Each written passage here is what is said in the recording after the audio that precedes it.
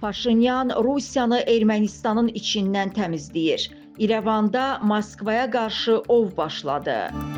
Ermənistanda yeni siyasi qalmaqalların, ictimai qarşıdurmaların yaranmasına sanki başla komandası verilib. Parlamentin sədri Alen Simonyan 2026-cı il iyunun 7-sində Ali qanunverici orqana seçkilər keçiriləcəyini elan edib. Geri sayım başladı. Ötən seçkilərdən sonraki müddət ərzində Ermənistanda ictimai-siyasi vəziyyət daim gərgin olub. Nikol Paşinyan bu müddətdə bir sıra istiqamətlərdə kadr dəyişiklikləri eləyərək hökuməti 5-ci kolondan təmizləməyə başladı. O, Müdafiə Naziri də daxil olmaqla mifləşdirilmiş orduda dəyişikliklər elədi. İrəvanda müxalifətin keçirdiyi fasiləsiz mitinqlər, yürüşlər də hədəflərinə Paşinyanın istefasına nail ola bilmədi. 2018-ci ilin mayından sonra baş nazirlə kilsə arasında yaranan qarşıdurma 2024-cü ildə açıq şəkildə üzə çıxdı. Vətən naminə Tavuş hərəkatının lideri Keşiş Baqrat Qalstyanın başçılığı altında keçirilən yürüş və mitinqlərdə uğur əldə edə bilmədi. Bu günlərdə Baqrat bəyan edib ki, 2026-cı ilin parlament seçkilərinə Paşinyan olmadan getməlidir. O, daha yaxşı təşkilatlandıqlarını da açıqladı. Rusiyanın Xarici İşlər Naziri Sergey Lavrovun İrəvana səfəri siyasi müxalifətdən daha çox kilsənin fəallaşmasına sanki təkan verdi. Ümum-erməni katolikosu 2. Qaragin bu vaxta qədər özünü birləşdirici fiqur olaraq göstərməyə, Baqratın fəaliyyətinə pərdə arxası dəstək verməyə çalışsa da, ancaq bu keşişin arxasından Köçəryan, Sarkisyanın da boylandığı görünməz deyildi. Ötən aydan Nikol və 2. Qaragin arasında qarşıdurma açıq müstəviyə keçdi. Tərəflər bir-birini etikadan kənar ifadələrlə aşağıladı. Paşinyan ümum-erməni kilsəsinin başçısını əxlaqsızlıqda, dini əqidəsinə zid həyat tərzində ittiham eləyərək onu dələduz adlandırdı. Qaragin isə baş naziri xanımı ilə nigahda olmamaqda ittiham eləyərək tərbiyəsizlikdə günahlandırdı. Bu seçki qabağı kampaniyada Nikol Paşinyanın zərərsizləşdirməli, yaxud özünüküləşdirməli olan əsas hədəflərdən biri isə 3 kilsə, Eçmiadzindir. Qaragini və onun komandasını bütün mənalarda sıradan çıxarmaqla baş nazir qarşıdan gələn siyasi kampaniyada uğur əldə eləmək imkanlarını artıra bilər.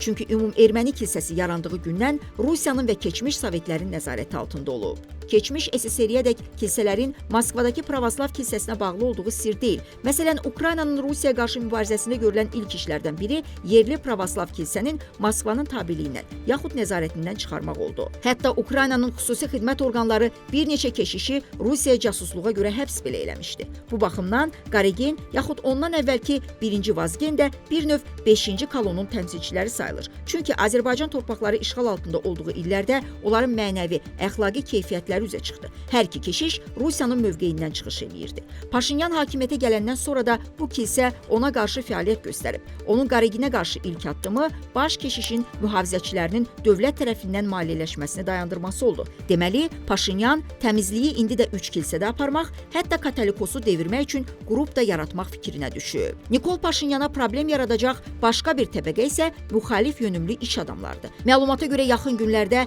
müxalifətlə əlaqəsi olan biznes dairələrinin nümayəndələrinə qarşı özünə məxsus ov başlaya bilər. Milyarder Gagik Tsarukyan vaxtilə Paşinyanın May hərəkatının fəal üzvlərindən biri olmuşdu. Sonralar Rusiya meyilli bu iş adamı zəiflədildi.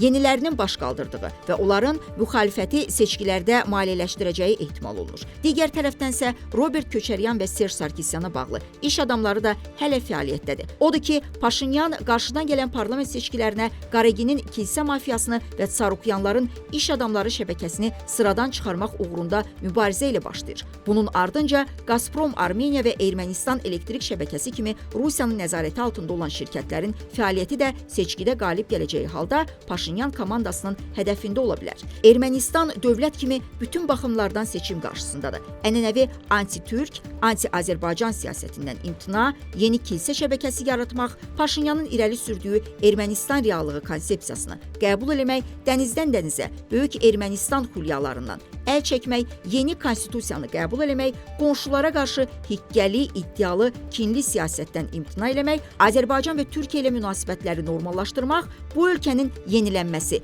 dövlət olaraq mövcudluğunu davam etdirməsi üçün əsas məsələlərdən sayıla bilər.